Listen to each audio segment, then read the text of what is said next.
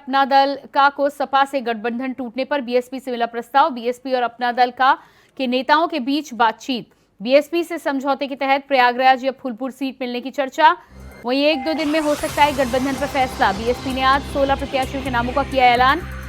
तो लखनऊ से इस वक्त की अहम जानकारी निकलकर सामने आ रही है। बसपा सुप्रीमो लंबे समय से अकेले चुनाव लड़ने की बात कह रही थी, लेकिन अपना दल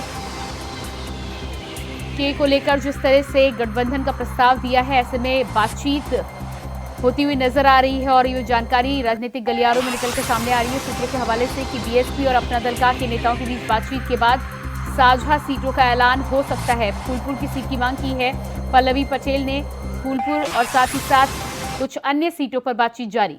और इसी खबर पर हमारे साथ लखनऊ से संवाददाता मोहम्मद आसिफ बने हुए हैं। जी मोहम्मद आसिफ, जिस तरह से बसपा और अपना दल की यदि बात की जाए तो उसको लेकर जानकारी निकलकर सामने आ रही है कि बातचीत जारी है। फूलपुर की सीट को लेकर फैसला भी सामने आ सकता है।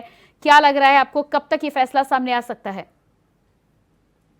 जी बिल्कुल, बता दूं कि सपा प्रमुख अखिलेश यादव और पल्लवी पटेल के रास्ते अब जुदा हो गए हैं। लोकसभा चुनाव के दौरान, चुनाव के पहले जिस तरह से दोनों के बीच दरार पड़ी है, दोनों तरफ से अब जो है कहीं ना कहीं नाराजगी सतह पर आ गई है। और इसी बीच बसपा सुप्रीमो मायावती ने एंट्री मार दी है और पल्लवी पटेल को एक बड़ा ऑफर दिया है।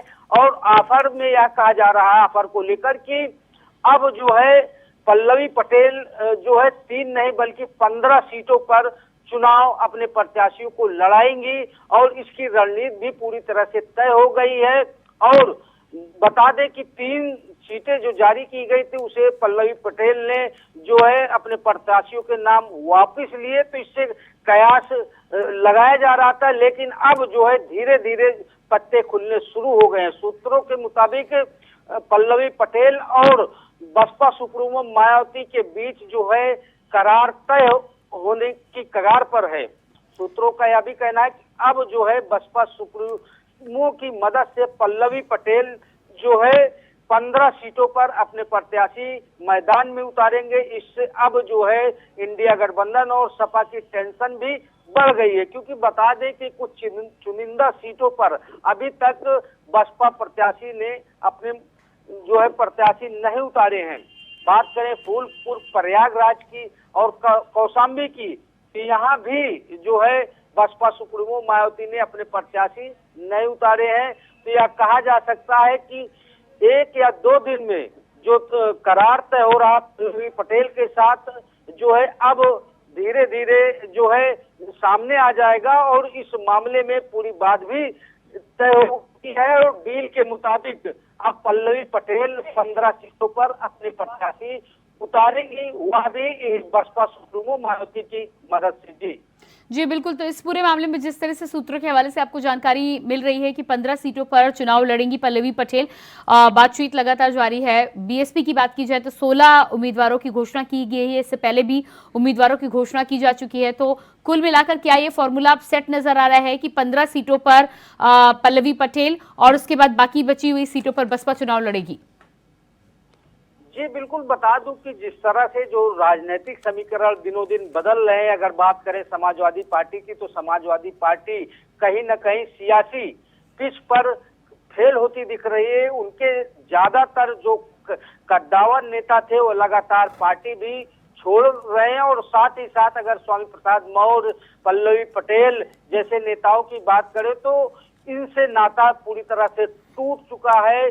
और पल्लवी पटेल की राह जो है जुदा हो गई है। और इसी का फायदा जो है बसपा सुप्रीमो उठाना चाहती है। और यह माना जा रहा है कि दोनों दल जो है, अगर बात करें बसपा और अपना दल की, तो दोनों में साझा समझौता की बात चल रही है। और बसपा सुप्रीमो मायावती जिस तरह से ऑफर दे रही है कि वह जो है पल्लवी पटेल को उन्होंने ऑफर भी किया कि वह हाथी के निशान पर चुनाव लड़ सकती है।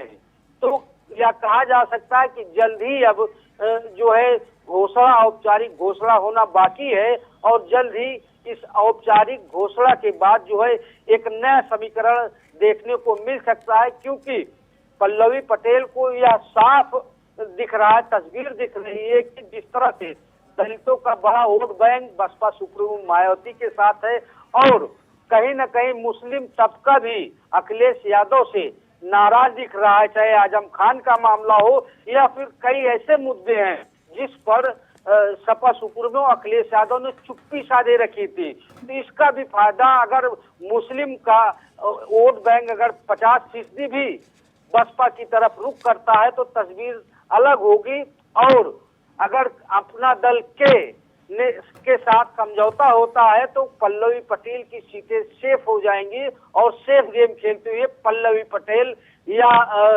बसपा से गठबंधन की हामी भी भर सकती है। जी बिल्कुल। तो इस पूरे मामले में जिस तरह से मायावती की रणनीति की बात की जाए तो जिस तरह से मुस्लिम और दलित हमेशा उनके साथ रहे हैं, पल्लवी पटेल के साथ आ जाने के बाद पल्लवी पटेल जिस तरह से पीडीए को लेकर सपा सुप्रीमो पर आरोप लगाती रही हैं कि मौका नहीं दिया जा रहा है, पार्टी में उस तरह का महत्व नहीं दिया जा रहा है, पीडीए को जिस तरह की बात की जाती है, ऐसे में क्या लग रहा है आपको कि ये मायावती का मास्टर स्ट्रोक माना जा सकता है?